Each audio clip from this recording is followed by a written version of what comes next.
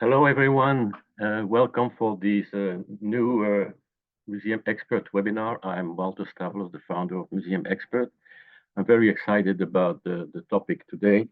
And I'd like to say a few words about the reason why we are doing this at this point in time. You may know that before the summer, we have organized a webinar that was saying, how do museums resist? And we had the chance of having a great panel at that time as well. And a lot of questions were unfortunately unanswered because the topic is obviously a big one.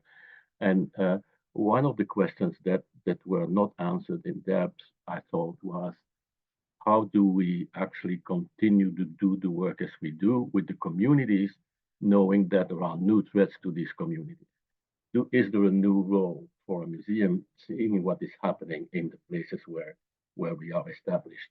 And that's not only related to budget costs or things of that sort. It has to do with direct living conditions for people in the communities. And so there are new challenges for these communities. Does that mean that the museums have new challenges for helping them or being relevant to their communities? It's the big question.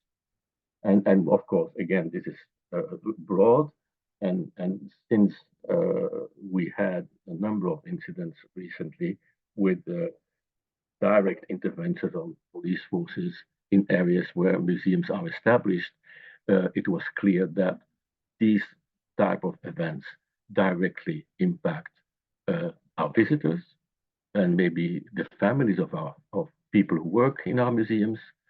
And so we thought that there were not so many responses so far to that, the question how to handle that when that happens. And so we're very fortunate today to have two people who are really at the heart of this, uh, Leticia and Sarah, both in California and in West Chicago.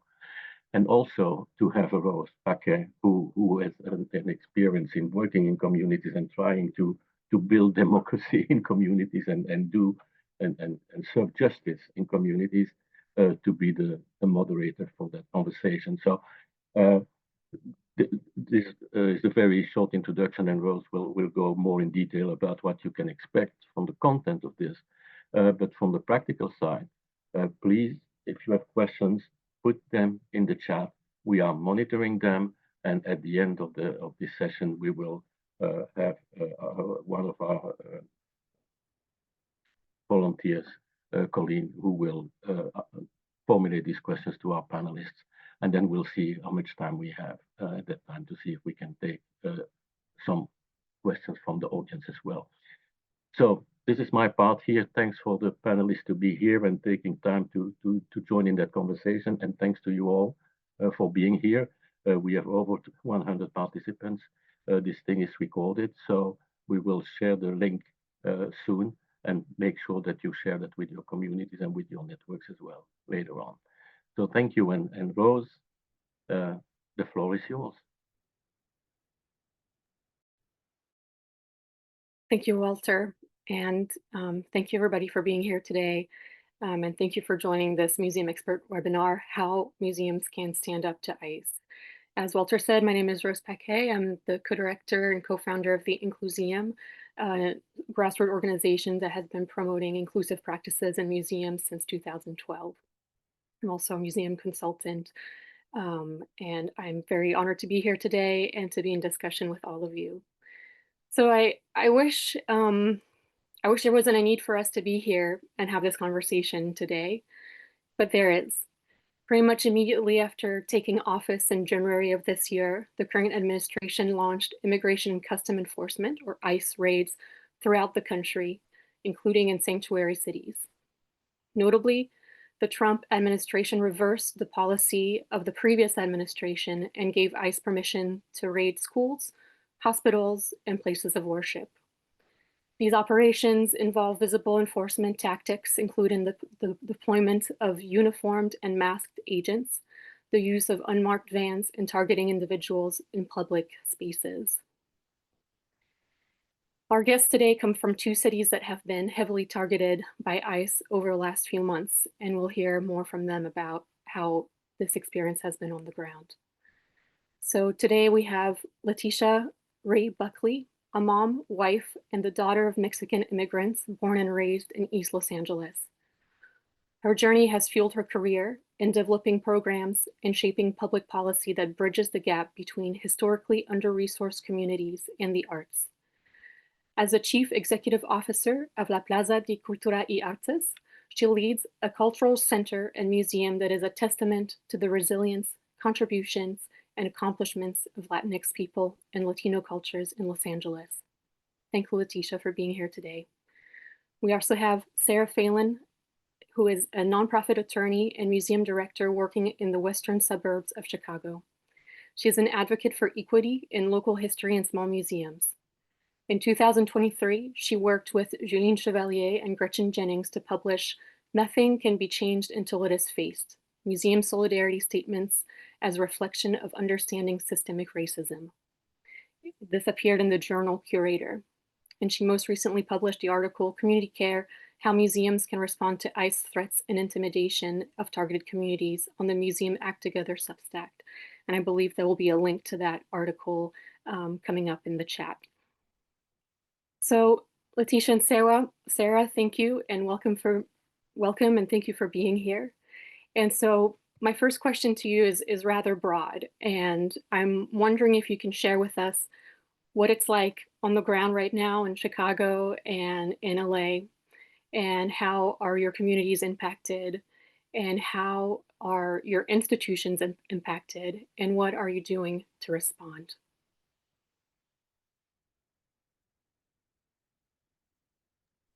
I'm happy to start. Thank you, Rose, and thank you.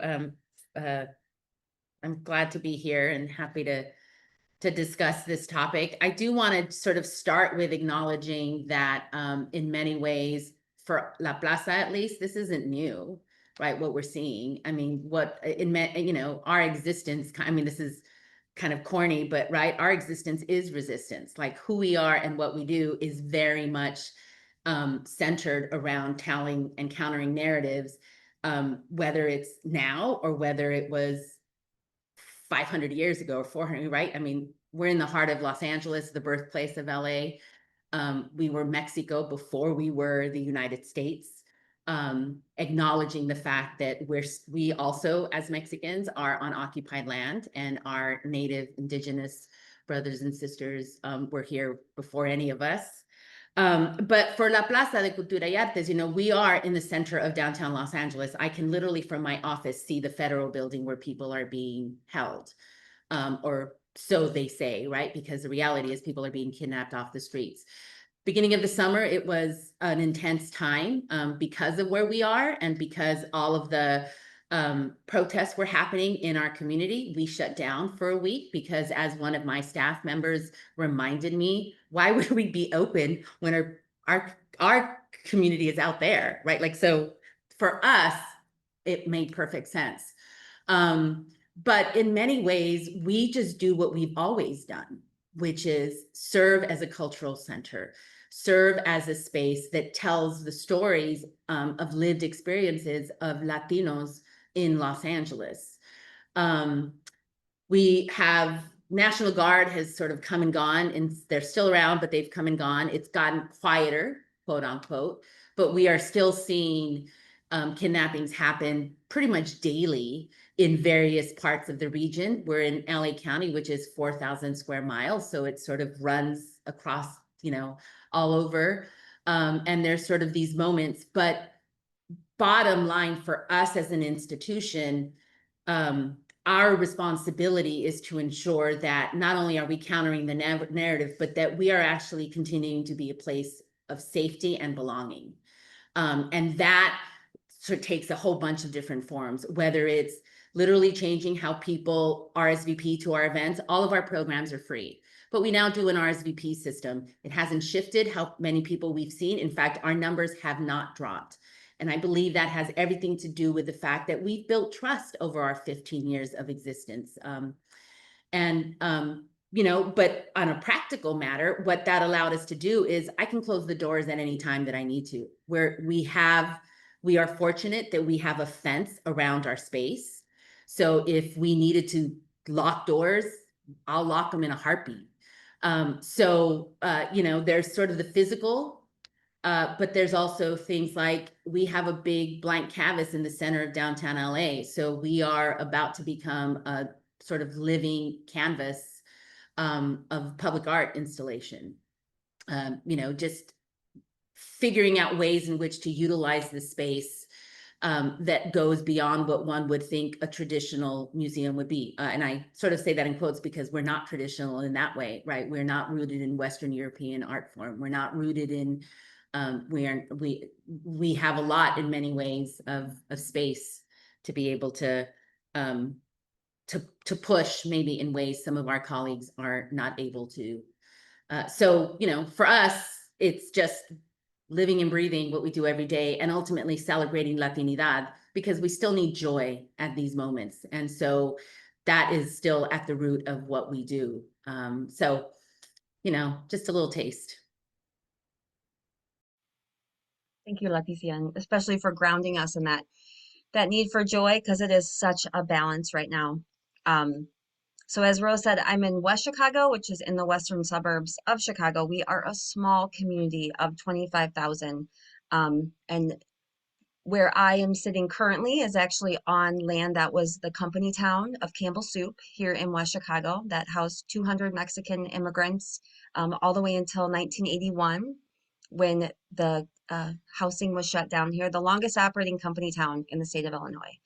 So at the West Chicago City Museum, we have long been talking about what the relationship between the state policies, immigration, the movement of people throughout the Midwest has been since long before I came to the museum in 2006. Because we are located out of Chicago, sometimes there is a notion that maybe we're a little bit more removed from what's happening. We're 30 miles west of Chicago from what's happening in the city. But as we watched LA and learned so much as organizers, as community organizers, from what happened in LA and what LA did right to show up for the community, Chicago really wrapped its arms in the suburbs around what we could do for people. And through our museum, we are part of a network in West Chicago that includes our schools, our elected officials, our city, other community partners to figure out what on the ground do we need. And we went through this, unfortunately, right? This isn't our first go round with the Trump administration, but it is the first go round with the militarization in our communities. And perhaps many of you saw last week that in West Chicago, the agents showed up. ICE showed up in force, which was just heartbreaking for us because we have done so much planning. And the Sunday before, on Sunday, September 14th, we had a beautiful Mexican Independence Day celebration in downtown West Chicago that brought good numbers, good attendance. We did a lot to try to make people feel and know that we were prepared to celebrate with them, a tradition that has existed here in West Chicago for over 60 years of celebrating Mexican independence and our Latino community. And then to wake up the next morning at 6:30 to the first stop of ICE, which ended up being the takings of 18 people from our community over the last week. Some that we know where they're at and some that their families still can't locate them. We also at the West Chicago City Museum made the decision in 2018 to get rid of our volunteer docent program and to employ local community members to help us at the front desk and with programming. So when 18 community members are ripped away without warrants, who have no criminal records, that has a huge impact on the community and also on our community as a workforce in West Chicago and at the museum. And so as we've responded, it has been care inside the building and outside the building and to our community partners. And we are so grateful in the Chicagoland area to have the network that we do of community organizers that include rapid response teams throughout Chicagoland who are constantly talking, constantly sharing information. And so for the museum to be keyed into that and to understand on the ground helps us serve the community better. But it's also extremely hard in a time of divisiveness where part of our community is struggling trying to understand the trauma that we all just went through. But part of our community is not tuned into news that gives them accurate information, so that to some people, we're getting questions of, I don't understand, they're just getting criminals off of our streets.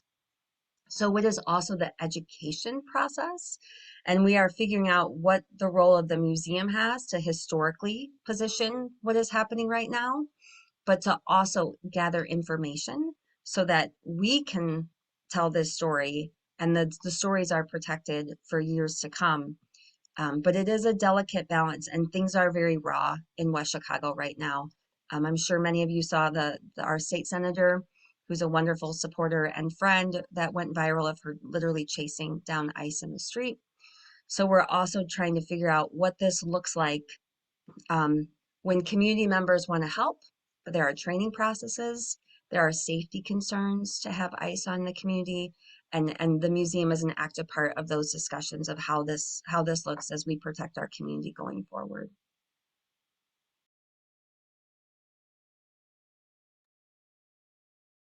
Thank you, Sarah and Leticia, for sharing about your experience on the ground right now, and also the long history that both of your organizations have in terms of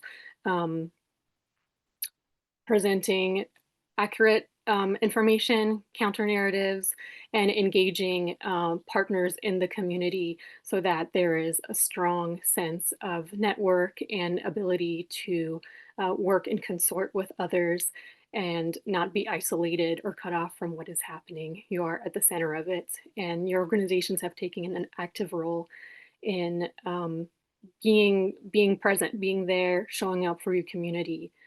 And thinking about museums who might not have that central role at present in their communities, but who want to, or who would like to take a meaningful action at this time. I'm curious your thoughts on that, and what type of actions, what type of steps would you advise your peers, your colleagues from the diversity of museums that we know that are in our field, from aquariums to art museums to history museums and many more. So I'm curious to hear your thoughts on that. Two things come to mind. I think one of the most important is remembering that the community impacted also includes our staff and our staff members. And so being really intentional about supporting your teams, whether we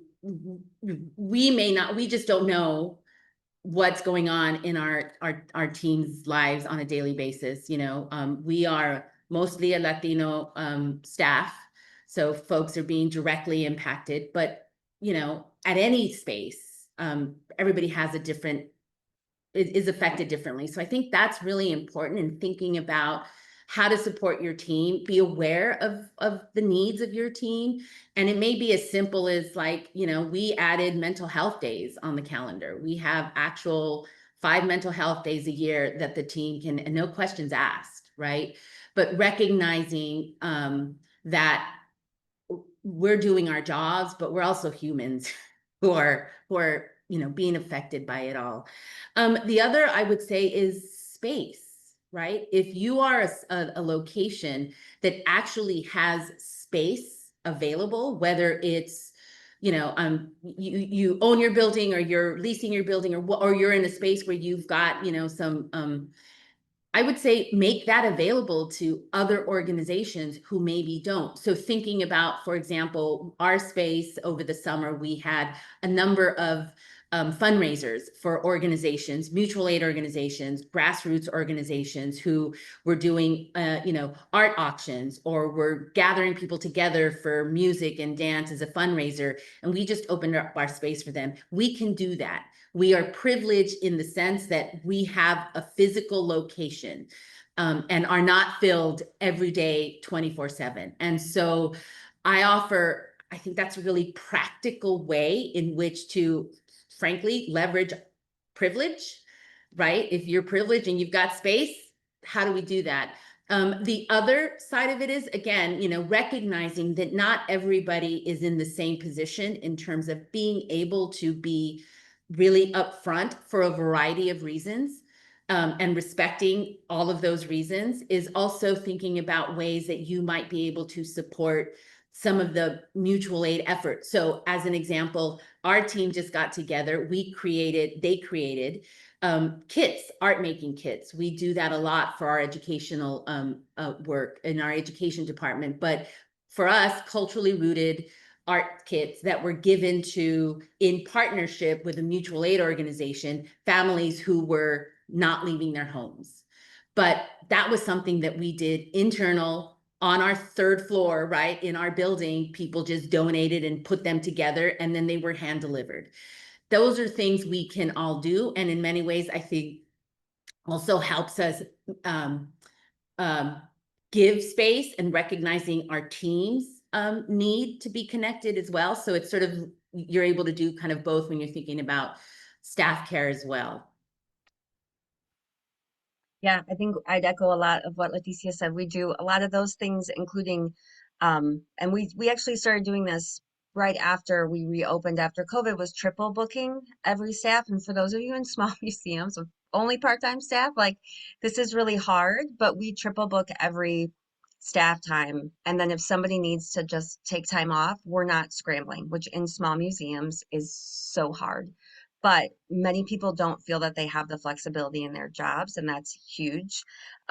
We also have done craft kits and art kits that we've worked with our local food pantries on.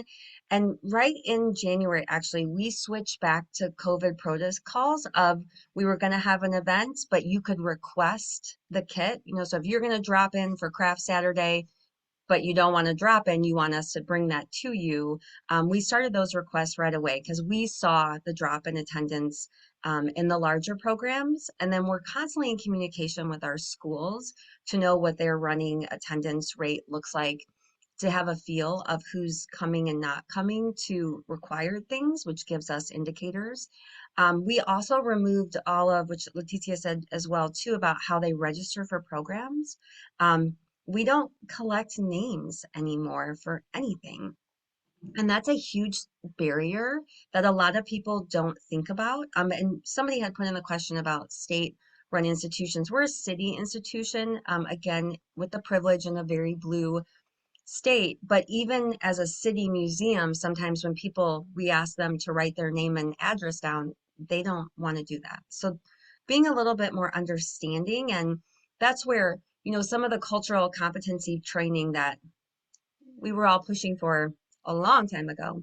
If you're not there, there's tons of resources out there, but that help people understand why might somebody have a problem with being asked to write down their name. Or we get a lot, people will write down their name, and then when we follow up, it's not a real number. And we'll hear staff members or volunteers say, well, I don't understand, why would somebody give us the wrong phone number?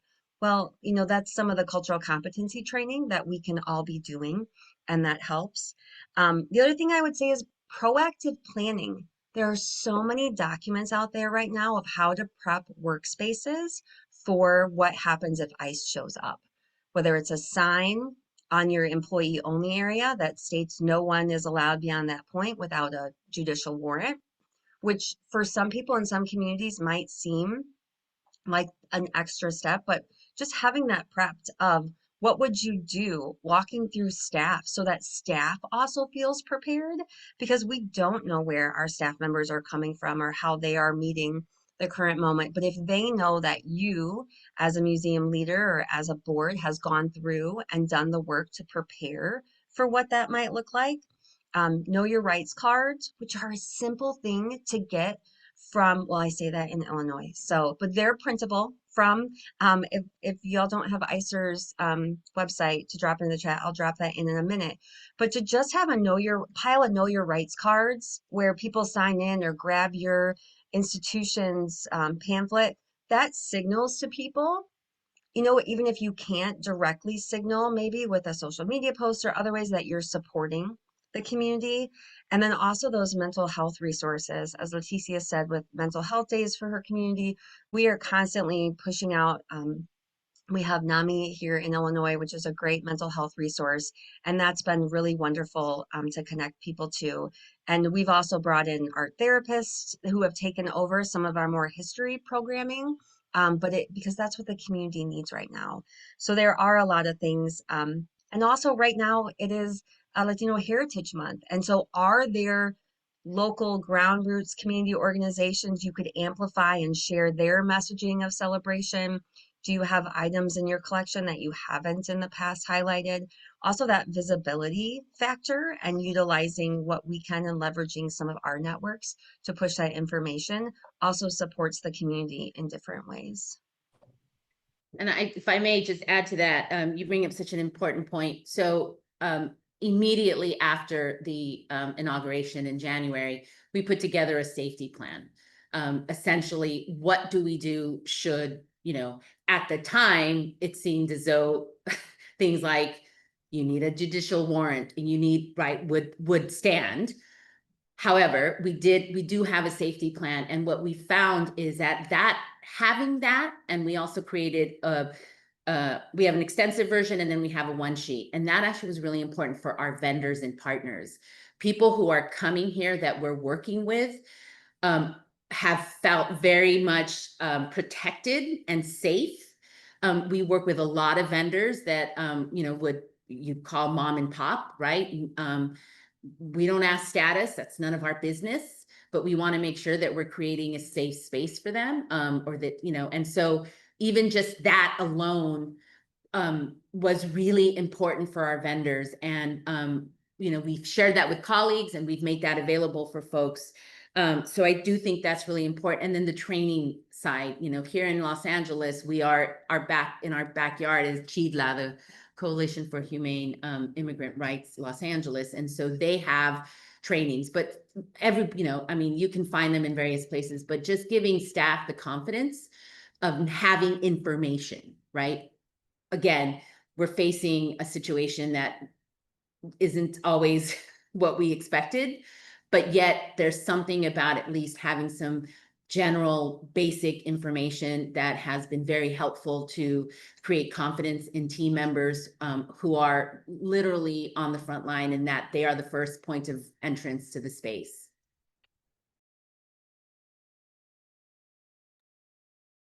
Thank you to you both for sharing the very practical, hands-on advice and ideas that all sorts of museums can take, from maybe more involved to a little less intense in terms of taking a first step. I'm curious about the safety plans that you mentioned and how important those are. We are, museums are ready for environmental unexpected events or other kind of safety related things, such as lone gunmen or these terrible situations that could also happen. But this is for maybe many museums, a new thing to consider and prepare for. And that, it unfortunately might be with us for the next few years. Are these safety plans that you mentioned something that are publicly available on your website, or things that our colleagues here could refer back to or maybe gain inspiration from?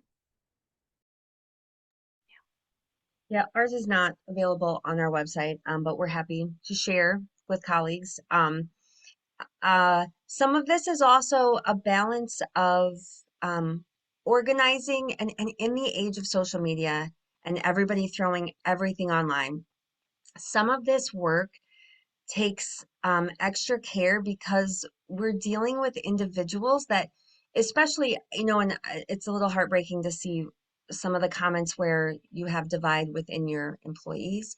But if you have an employee who, and do not ask, please don't ever, as an attorney, this is legal advice, never ask your staff member. You don't want to know, you don't want to have that knowledge of what their family situation is. But you also would never want to put up a plan that might trigger to the community what status could look like amongst your employees. And so this is more of a delicate topic about personal identities that you might not ever want to share this publicly. And so that's also something to just be really careful about. But with the safety plans, there's some steps that I would recommend everybody take, or maybe you already know based on politicians in your area. But reaching out, have you had a conversation with the city? What does that look like if ICE shows up at the museum? With your police chief, have you had that discussion? Or with your elected state representatives? Obviously, not everybody has a champion like Karina Villa, who's willing to run down the street, yelling at ICE personally herself. But it's really important to know, because if you can't find support, there are levels to elevate these discussions with, so that you do know that at some level you do have support within your community or with other partners. And so the safety plan also, for us anyhow, is bigger than the museum. It's in the whole downtown network, and it is tied into our schools and our city as well. Yeah, and ours is not public either, and we wouldn't make it public because there's some sensitive information around how we alert each other, right? But I'm happy to share our one sheet that we're sharing with vendors. Again, mostly it's to be, to be clear that we have thought about this, right? And that we do have mechanisms in place to be able to address it. I mean, look, I may be Pollyanna about this, but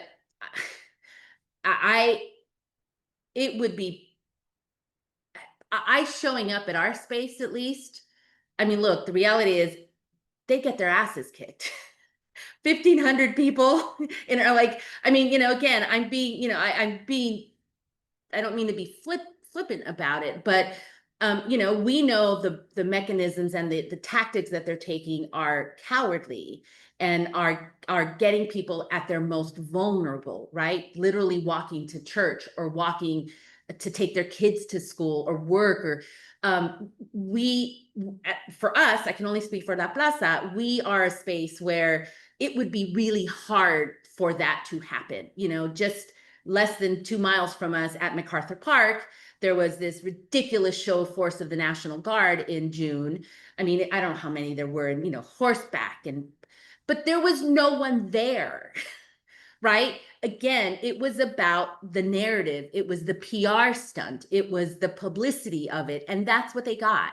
But so I think we just have to be, realistic and be paying attention to what's happening and not buy into some of those things, ensuring that, again, we're not afraid to take these stances, not afraid to put into place safety plans because we need to, but also not afraid to continue to do what we do, because it is a critical part of people's social infrastructure. It is a critical part of community. And that's our responsibility as a place like La Plaza. Yeah, I think towards that end, and I don't want to jump ahead a little bit, but some of the, if you are in an area with a rapid response team, and these do exist throughout the United States. I mean, obviously, LA and Chicago's are probably some of the most public right now, but you can tap into that network because, as Leticia said, although we don't in West Chicago, we didn't have the force that has been seen somewhere at Broadview, in the Chicagoland area. If you've seen some of the protests happening there at what isn't supposed to be an ICE detention facility, but in practice is operating as such, the community has come out. And even in West Chicago, when they hit us last Monday morning at 6:30, by 10:30, they were gone because we had community members out recording them, asking them, where are your warrants? Yelling at them, where are your warrants? What's your badge number, right? These rules that they are supposed to follow that we know that they're not following. And so that's also information. There are a lot of those know your rights and rapid response training that you can just make staff aware of that it exists. But when you're tapped into those networks, you're also able to know a little bit more of what's happening on the ground, because knowledge is power, and people standing up for their rights, people not answering their doors, or people answering their doors and say, like, show me the warrant or I'm not coming out. Like, that is what stops this. And that is standing. And because the minute we don't do that, we waive our rights and we descend even further down into whatever this is that we're living through right now. And so it's good to make sure that staff is also aware of what those rights are.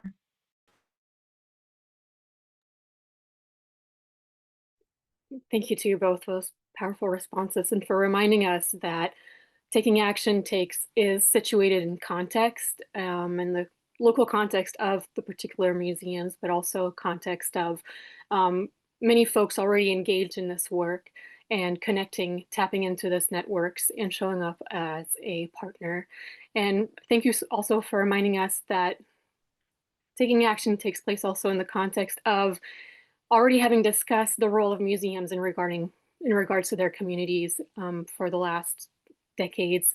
I'm thinking specifically about how we're having similar types of discussions in the age of BLM protests a decade or so ago, and how the question of the role of museums was coming up again. How should museum respond or not, and such. So thank you for reminding us that resources are already out there in terms of being culturally responsive and responsible and sensitive, and for existing within a network of other folks who are taking action. So with the time remaining, I would like to turn to our audience, and I'm sure there's many questions in the chats. I have not been monitoring them, so um, I let's see, Colleen. Hi, Colleen. Hi, let me help you out a little bit. Thank you. Well, we did have one, and Leticia did touch on it just a little bit, but maybe we could expand, the question about what does resistance look like at state-run institutions? And what options might someone have as a staff member at that type of institution? So I will note La Plaza is actually a county cultural institution here in Los Angeles. We're one of 5. So we're part of, the LA County Museum of Art, LACMA, which everybody knows, right, is a county cultural, but they don't know we are. So in some ways that works to our benefit, but we're kind of the epitome of a public-private partnership. But we get to operate pretty independently. So I recognize that I come from it from that perspective. But I noted somebody actually wrote out that in spaces like that, whether you're part of a bigger organization or whether you're sort of going it alone, there are these resources. I would say the most important part is colleagues, right? Reaching out to colleagues. We have here in Los Angeles, worked closely with the Japanese American National Museum and Burroughs there, and our colleagues at the Chinese American Museum and the Italian American Museum, and colleagues who are also facing and in the same situation, and just sharing resources amongst ourselves has been really critical. So I would offer, regardless of whether you're a state agency or not, finding those colleagues. I also recognize that I live in California. I'm in Los Angeles, one of the bluest bubbles there is. And recently, in the last year, in conversations with colleagues who are in deep red states, y'all have been facing this a lot longer than we have, right? This is new to us in some ways, right? Because we've been in a bubble. Luckily, we've been able to respond and adapt, but in many ways, we have a lot to learn from you all in how you're addressing these. I've had conversations with colleagues who, 2, 3, 4 years ago, during the first run of this administration, the first time around, were facing major donor issues and major pushback and figured out ways in which to navigate that. So I think that's another really important resource of recognizing that there are people in our community, our museum community, who have been dealing with these kinds of challenges for a long time. Maybe not in the exact same way, but there are lessons to be learned there. So I think it's just really important to lean on each other at this moment in time. Again, it sounds kind of Pollyanna, but that's where I have found the best support and the best resources. Yeah, I definitely agree. We have learned a lot about the organizing that has happened in red states over the last long years. I also think that there's some decisions that we all have to make as individuals. There's risk assessment right now, unfortunately, around physical safety, but also financial safety. And we know that's a different assessment for everyone. But right now, when we are dealing with state demands of censorship, um, those are are decisions you have to make personally at some point. Um, from my perspective, we are at a big crisis moment where institutions may have to fall to protect values. And that gets done by individual decisions and an individual standing up and saying that a museum that is completely censored and whitewashed maybe isn't worth staying open. We all have to make those decisions. And again, I think Leticia and I are both pretty upfront. We're making cases from very blue states and blue bubbles. But I also think for a long time, we have not in the museum field utilized tools that we have. When I first got to the West Chicago City Museum in 2006, we had a Danish artist, Annie Holm, who is from Denmark, phenotypically white, but she did a project on immigration. And it was the first time as a Latina, as a Chicana who's always been very politically minded, it was the first time that I had been in a space where people discussed immigration issues based on a white artist telling the story. And it allowed me to think about like, oh, what spaces could I create where we could have these conversations that didn't have to be um, that could be coded in a different way. Last year, we did a huge exhibit and talk about German immigrants in West Chicago. And we talked about some of the laws that were anti-German, anti-Irish laws that existed. And it did allow for there to be some conversations around immigration that didn't feel as heated. But people by the end of those conversations, or after coming in and looking at the gallery and then talking to staff, were like, oh, wait, that's still happening today. You could see people start to parse that just as a strong believer in science, in our cemetery walk every single year, we always feature a child who died because they didn't have a vaccine in the 1800s.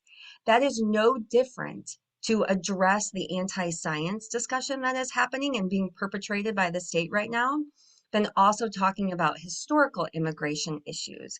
And we have that power, we have that knowledge, we have the primary sources, and why we still have them. We need to be using them to be countering these terrible narratives, because if people aren't paying attention, they aren't making the connections. People are overwhelmed and completely overworked and don't know where to reach out. And the easier we can make entry points to people to be having these hard conversations, sometimes from easier positions, the better. And that's where I feel like museums can absolutely step into their power and into what we do best.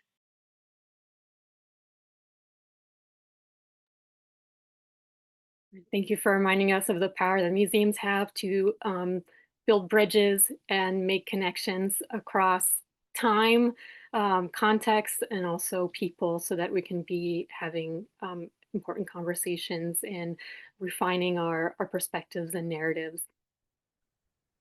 Colleen, are there other questions in the chat? Yep, I have a couple more. This one might be more directed to Sarah with her legal expertise, but Gretchen had a question regarding, do private museums have any protected legal status that maybe a publicly owned museum wouldn't have? Yes and no. This is a hard thing, and some of these things are being challenged right now. So, especially as it relates directly to ICE. ICE is not allowed to enter private spaces, but obviously our museums are public spaces. But if you can close your museum for a private donor to hold a wedding reception and put up a sign that no one's allowed, and you have a group of community organizers that want to host a meeting, that's a closed event. And we can leverage the same power we do for people with money to do it for community. So there are signs that there's tons online, and some of the links that we shared, the people that have Know Your Rights, those organizations also have that signs that state, closed for a private event, entry only upon, with a signed judicial warrant. So that does have a lot of power for public or private institutions. But as far as just day to day, a public and a private institution doesn't matter as long as there are what's called public spaces. Some museums that have a ticketing system that does help you, but the free museums are kind of open game, whether you're public or private, as far as who's allowed into those spaces. So I hope that answered that.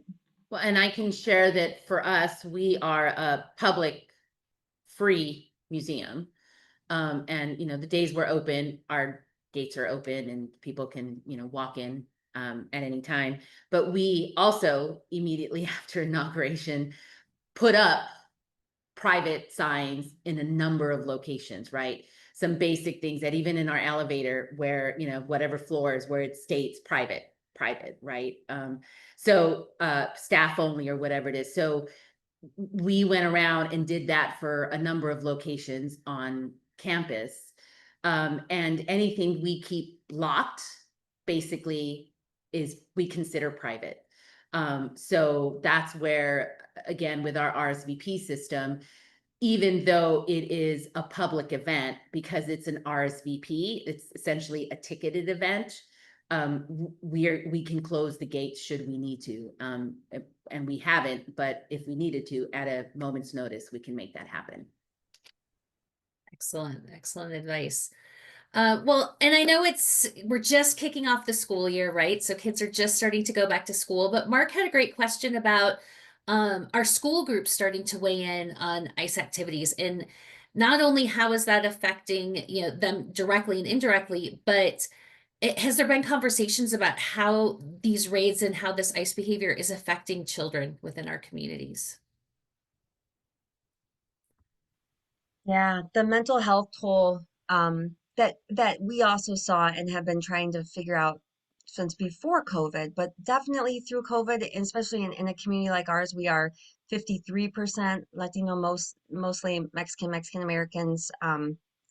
So the work around just communities that have been hit really hard time and time again, and what the impact on our children has been. We also are part of a Healthy West Chicago collective here in West Chicago, and we do surveys once a year, and even down to our youngest care providers, our 0 to 3, also talk about behavioral issues, mental health issues. And that's a space that I also feel like museums could shine. Art therapy. There's so many different things that we can be doing. And we also are working with our schools at all times and providing volunteers as needed to be, especially last week, bus pickups. There were volunteers who were out greeting families. But I would say there's a lot to work with your schools on. So when we do walking tours and we're going to be providing extra volunteers along the routes, like get a happy safe shirt with the school logo on it, because more people and more watchers anywhere raises anxiety. We rapid response teams are awesome, but when there is increased traffic or people driving slowly through communities, we always talk about have your window down, have some music going. If you have a dark SUV, maybe don't partake in the watching, because that's going to be scary. So there's a lot of things that when we reach out to partners and we have those conversations about, is the school feeling that the kids need extra help? Are there places volunteers could be? How can we assist with that? Also make sure to have those conversations about how that can be done safely without raising people's alarm fuller. And that can also be done in your museum spaces. If all of a sudden there's these new private signs up everywhere, or they walk by the museum and now there's a sign on the front door, are there ways that can be done that your community's best, that is done in a way that makes people feel more comfortable or helps them understand that? Here in Los Angeles, LAUSD, it has been, and the superintendent has been very vocal. And so, the schools itself the school districts themselves have put into place plans, within a certain radius of the schools. It's a safety zone. So there's a lot of work going on there. Our part in that is we do tours, on-site museum visits, and they all include an art making component. So there's sort of a couple of different ways. First of all, it's providing the buses and getting those students here and giving them the sense of safety of their being able to walk from one point to the other, right? So where we park them, how they get dropped off, how they get escorted into the building, where they are within the building. So we think about all of that, right? There's very much an intentionality tied to how we are welcoming these young people into the museum itself. One of our core exhibition is the history of Latinos in Los Angeles for 500 plus years. And as part of that, there are things like the repatriation in the 1920s, redlining, there's the colonization of Mexico. And all of those are really heavy subjects potentially. And so how we deliver that, working closely with the teachers and the educators to be very aware of that message. And but we don't shy away from it because some of this is not even discussed in schools. And so that's why we exist, to make sure that that history is actually told in ways that does resonate. And so at this moment in time, we're actually finding that teachers, we offer it in sort of 7 or 8 kinds of areas, right? You can take this tour. And so many of the educators are wanting the tours that are very specifically about some big historic moments. And then they get an art making experience as part of that. So there's both the telling of the history, but there's also the experience of it. And so, talking about entry points for these folks and these young people is being able to not shy away from this history, because we can't, and we need to make sure that it's being told, but also being really clear that, like anything else, right? We endure. Excellent advice. Thanks, Leticia. Robert had a question around, is anyone aware of an association or a network of museums specifically related to different ethnic or cultural communities that might have resources or suggestions that are useful to museums as a whole? And I should have looked before. Is Max Action's website still up? I don't know. Is the resources Actually, still? my Mass Action website is no longer up, Okay, and that's what I'm I was not afraid of that. not sure why or what happened there, but Okay, I was afraid of that. Art Equity has a bunch. They're more in the theater space, but do have some overlap into museums. Art Equity has some great stuff up, and I'll look for that in a minute. I don't know, Leticia. Yeah. if you- Yeah, I don't think there's, there we go. We've got something else to add to our to-do list. But somebody mentioned AAM. I mean, this definitely was, if any of you participated or joined this year, we were here in LA. And I was fortunate enough to be a co-chair for the event. And that was definitely an important part of the conversation, just resources. So I do believe AAM has some of those resources available, culturally specific, culturally rooted institutions.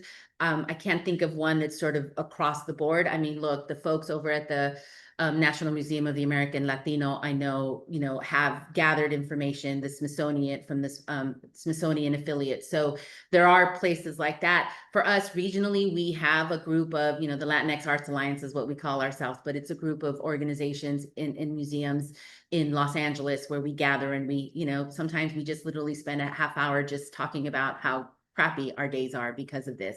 And other times we're talking about sharing resources. So this really goes back to, it's unfortunate. Maybe there is a real opportunity to come up with some ways in which we do have these kinds of sharing of information, but even thinking within your community, right? Or any one of us, like reach out, reach out to any one of us, reach out to colleagues in this chat, to be able to share those types of resources, because we do have them.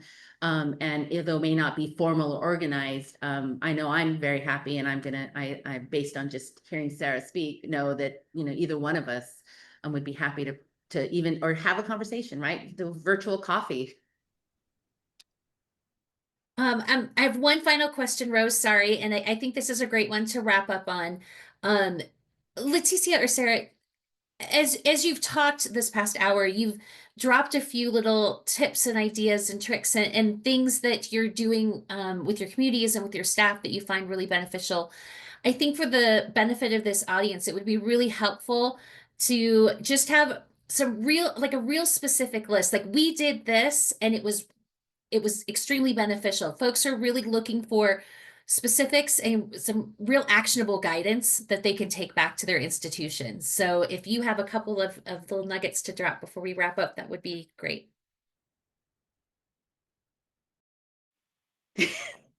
I know, as we both think. Go for it. I'll go real quick. And this touches on a couple of the other questions that happened. I think, and Leticia mentioned this too about your blank canvas that's going to become a public art. We learned this during COVID. We've learned this so many times. Get out of your buildings. Like the more joy and celebration and resources that you can put outside, the better. And I think we kind of forgot some of that. So we do tons of public art. And again, we're small. We have a small downtown, but we do a lot of public art. We do a lot of public celebrations. And also not being afraid to continue those outdoor celebrations. Because when you're large in numbers, ICE isn't coming there. They can't take on that amount of people. So keep doing the work and keep thinking of ways to reach the community outside your four walls. And I would offer, I mean, I think bottom line, all of it just comes down to being transparent. Like, this is happening and we know it's happening. And so being really transparent about the recognition that this is happening, but concrete, like a safety plan. If you don't have one, just think about what that might be, right? And that safety plan is, how do you talk amongst each other in terms of the staff, right? Paying attention and listening to your team. What are some of their needs? There's a lot of information. Somebody asked the question, but a lot of information on our safety plan came from our staff. We had a staff working group that put that together. And it was very much in listening to, because, oftentimes they're on the ground, they are being directly affected. They can tell you what is happening. So I would say the listening part of it. And then the responsiveness, right? So even thinking about some of the programming, we've tweaked programming in ways that we already, we had a whole series of docs at La Plaza that are all, we had a Zoot Suit conversation. We had a conversation about the Bracero program. We're having a conversation about veterans, Latino veterans. Those are all topics that we were going to cover anyway. But we are now thinking, making sure that we are recognizing and acknowledging the time and place that this conversation is happening in. So, and we have found that there is no shortage of people who want to have those conversations. We started a book club. One of my team members, they came up with this idea. They wanted to do a book club, City of Inmates, which is a very specific by Dr. Kelly Hernandez, who is based here in Los Angeles at UCLA. We had 35 people participate in a book club over the summer, and it was huge and successful. And that literally came from one staff person who said it would be really great, and people responded to it. So, concrete in that these are sort of the broad ideas, but I think those are really critical in just, being responsive.